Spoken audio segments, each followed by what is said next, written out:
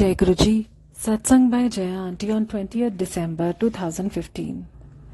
गुरु जी की संगत बाकी दुनिया के लोगों से थोड़ी सी अलग है, क्योंकि जो भी यहाँ आया है वो अपनी मर्जी से नहीं आया, पर अपनी आत्मा की जरूरत को पूरे करने के लिए ही बुलाया गया है। ये यात्रा सांसारिक जिम्मेदारी को निभाते हुए अपने आध्यात्मिक उत्थान की है। हम जितनी जल्दी इस बात को समझ जाएं कि इस देह से जो दुनियादारी निभा रहे हैं वो बस एक आवरण है हमारे सोल का। हम अलग अलग किरदार में हैं इस दुनिया रूपी नाटक में, पर हम सबकी मंजिल एक ही है, ज्योत में समाहित होना। ये परमात्मा से मिलन ही हमारा आदि और अंत है। हजारों गुरुओं की धरती है हमारा देश, पर गुरुजी सबके गुरु हैं। हम गुरुजी की आराधना कर गुरुजी को कुछ नहीं देते। हम अपनी मंजिल के थोड़ा और पास आ जाते हैं। गुरुजी आए ही हैं हमें मुक्त करने। परम मुक्ति मिले इससे पहले हमें इस सांसारिक जंजाल से भी खुद को मुक्त करने की इच्छा रखनी होगी। प्रवचन में सुनते आए कि बिना वैराग्य के आध्यात्मिक उत्थान संभव नहीं है, तो क्या हमें घर संसार से मोड़े बिना मुक्ति नहीं मिल सकती? गुरुजी ने इस बार वैराग्य की प्रैक्टिकल परिभाषा हमें समझाई है। सबसे जुड़े रहकर भी सबसे अलग रहना है। ये सुनने में कठिन है, पर गुरुजी की मेहर जब हो जाती है तो ये संभव हो जाता है। हम जब गुरुजी की शरण में आते हैं तब तक या तो सब हमें तिरस्कृत कर चुके होते हैं हमारे लाख अच्छे होने के बाद भी, या तो गुरुजी से जुड़ने के बाद सब छोड़ जाते हैं। ये तो दुनिया की बात हुई। हमें गुरुजी हमसे जुड़े हर इंसान का वो रूप दिखाते हैं जिसे देखने के बाद हम जान जाते हैं कि हमारे वो कभी थे ही नहीं। उनसे अपने लिए कोई उम्मीद करना ही हमारी नासमझी थी। फिर हमारा मोह भंग हो जाता है। ये बात नहीं है कि हमारे आसपास वाला हर इंसान गलत है। वो बहुत पाक और शुद्ध आत्मा वाला हो सकता है, पर हमारे आध्यात्मिक रास्ते में उसका कोई योगदान नहीं होगा। इस कारण उसका हमसे दूर रहना ही सही है। इस राह पर सबको अकेले जाना है, सब जानते हैं, फिर भी भीड़ इकट्ठी करने में लगे रहते हैं।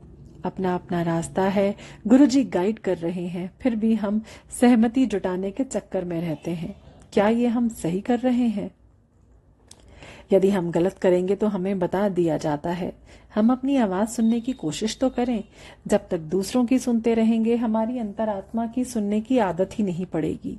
जब तक हम अकेले नहीं होते हम यात्रा नहीं कर सकते। अकेले रहने की आदत डालनी होगी, तभी तो हमारी आत्मा के साथ हम रह पाएंगे। जिस दिन हम अकेलेपन को एंजॉय करने लगे तो समझ लें कि आत्मा से रूबरू हो गए। अकेलापन एक तो हमें मजबूरी से मिलता है जब हमें सब छोड़ जाते हैं। दूसरा, जब हम खुद ही अपनी खुशी से सबको जोड़ देते हैं।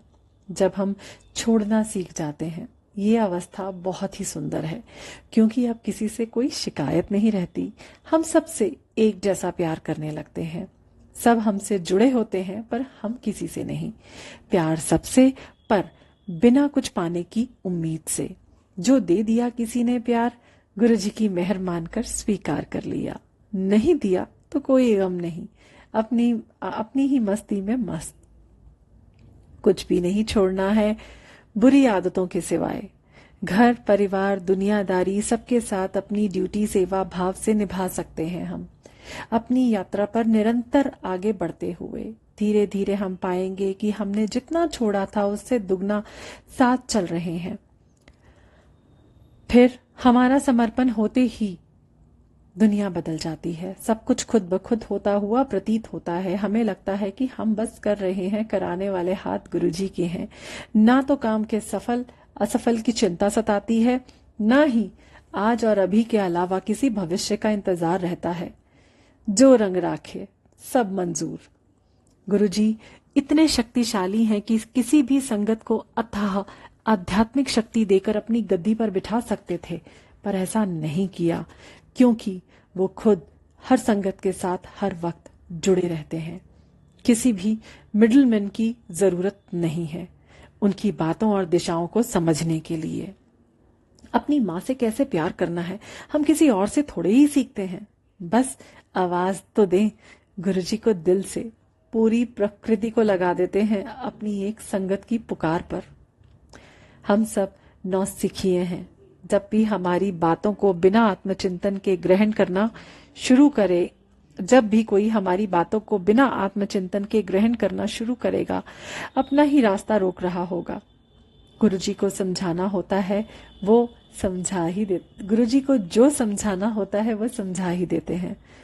कोई भी सत्संग वो होता है जो सच हुआ हो, जिसे सैकड़ों बार दोहराने के बाद भी हूबहू वही रहता है। वहां सिर्फ प्यार और श्रद्धा का लेन देन होता है। सत्संग सिर्फ सत्संग होता है।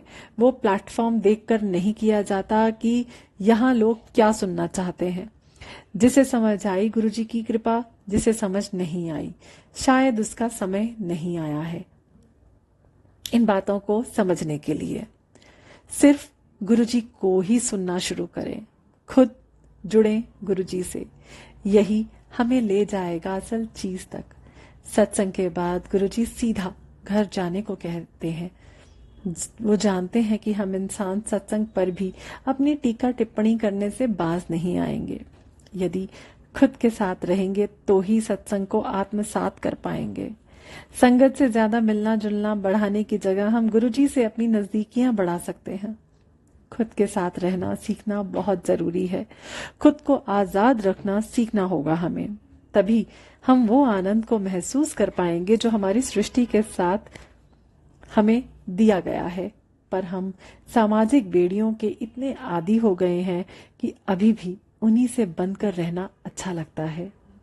जहां आनंद है वहां ईश्वर है, हर जगह व्याप्त। आनंद को ग्रहण करने लायक बनना होगा हमें। गुरुजी हम सब पर अपनी मेहर करें। जय गुरुजी।